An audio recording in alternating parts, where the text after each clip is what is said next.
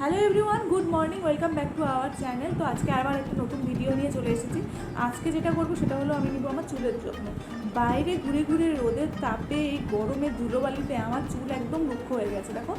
তো আমি ভাবলাম একটু ঘরের মধ্যেই আজকে একটা হেয়ার মাস্ক বানাবো। আমি সেটা বাইরের কোনো কিছু ইউজ করবো না, যা বানাবো সেটা ঘরোয়া পদ্ধতিতেই বানাবো। তো তোমরা দেখে নাও আমি কী কী দিয়ে হেয়ার মাস্কটা বানাচ্ছি, চলো। তো আমি এখানে নিয়ে নিয়েছি টক দই, পাতিলেবু আর হচ্ছে মধু।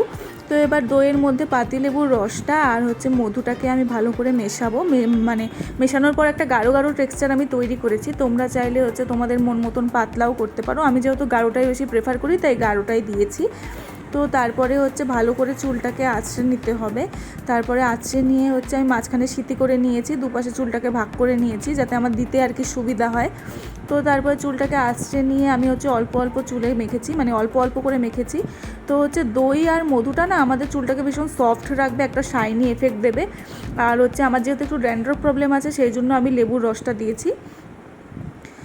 তারপরে হচ্ছে আমি 1 ঘন্টার মতন রাখবো এটাকে। 1 ঘন্টা রাখার পরে আমি ধুয়ে নেব, শ্যাম্পু করে নেব আর কি।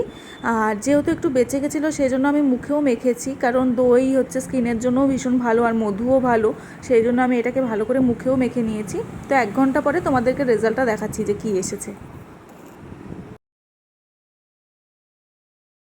তো আমি স্নান করে চলে এসেছি আর রেজাল্টটা কিন্তু আমার খুবই ভালো লেগেছে। আমার চুলটা খুব সফট হয়েছিল, মানে আমি বুঝতে পারছিলাম যে এটা ইউজ করেই আমার চুলটা সফট হয়েছে।